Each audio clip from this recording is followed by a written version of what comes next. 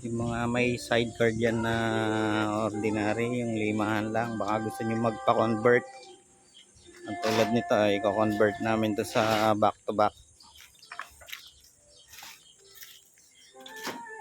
Nagko-convert po kami ng sidecar from ordinary to back to back. Ayan o. Inaklas na namin ng sidecar. So pag ito natapos na, makikita nyo kung ano yung naging itsura niya.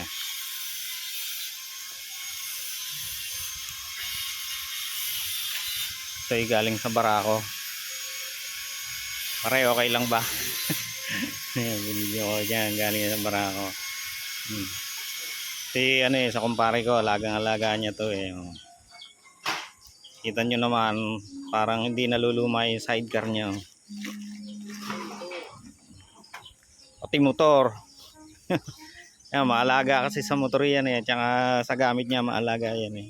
So mga boss, pag gusto niyo mag-convert ng back to back, magsadya lang kayo dito sa aking fabrication dito sa number 144 Purok 1, Cardama Compound, Barangay Timbao, Binyan City, Laguna. Ito po yung shop ko. Yung mga boss, at dito yan nakakabit sa barako. Ay convert sa back to back. Siyempre mas kapakipakinabang sa pagbiyahe dahil mas maraming sakit. Ganito pa to, halos hindi nga naluma yung sidecar. Yan mga lods, kung kayo magpapakonvert back to back, magsadya lang kayo dito number 144 Purok 1, Cardama Compound, Barangay Timbao, Binyan City, Laguna.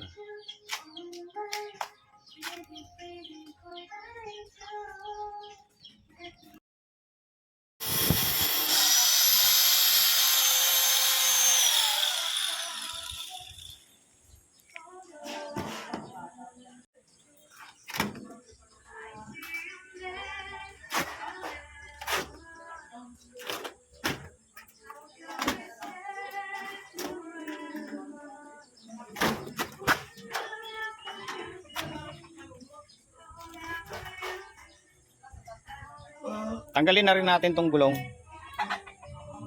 para pagbabaklas ay dire-diretso.